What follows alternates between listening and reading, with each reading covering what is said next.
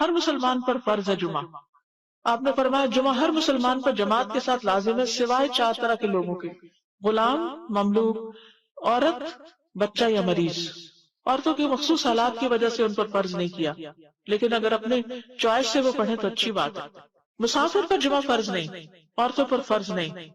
ابو عمر شیبانی سے مروی ہے، انہوں نے عبداللہ کو دیکھا کہ وہ جمعہ کے دن عورتوں کو مسجد سے نکال رہے تھے، کہہ رہے تھے کہ اپنے گھروں کی طرف نکلو، وہ تمہارے لیے بہتر ہے.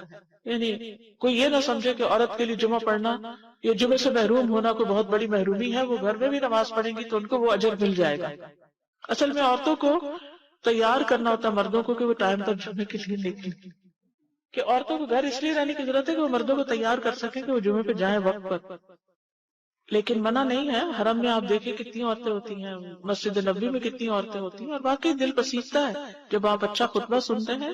اور اجتماعیت سے ایک دل کی حالت اور ہوتی. دیکھیے جو لوگ کامیاب ہوتے ہیں زندگی میں، خوش ہوتے ہیں، ان لوگوں کی سوشل لائف بہت اچھی ہوتی ہے. اور ہمارے لیے یہ مسجد، یہ مدرسہ، یہ اجتماعی عبادتیں، یہ اکٹھے ہو کے عبادت کرنا، عیدیں، تراویاں، یہ سب یہ خوشی کا ذریعہ ہے. جو شخص صرف اکیلا ہو جاتا ہے نا وہ کبھی خوش نہیں ہو سکتا.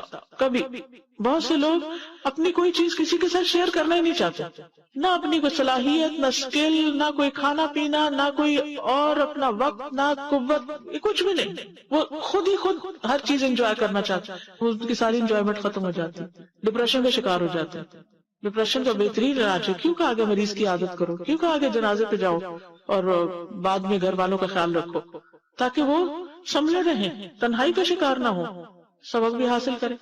تو یہ جو مسلمانوں کی اجتماعیت ہے یہ دل کو خوشی دیتی، ایک سکون دیتی. یعنی اکٹھے ہونا جو ہے کسی بھی اچھے کام کے لیے وہ بڑے بڑے بوجھ ہلکے کر دیتا ہے. وہ کہتے ہیں نا ہر کامیاب مرد کے پیچھے ایک عورت ہوتی. کیا مطلب ہے اس کا؟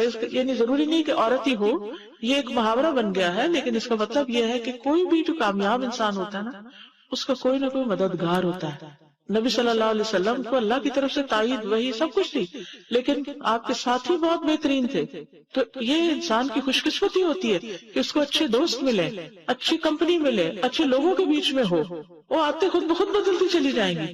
تو اس کے لیے کوشش کرنی چاہیے انسان کو. جماعت سے ہٹ کے اور اکیلے ہو کر انسان کچھ بھی کرتا ہے تو اس میں وہ مزہ نہیں ہے، جڑ کے کرنے میں مزہ ہے.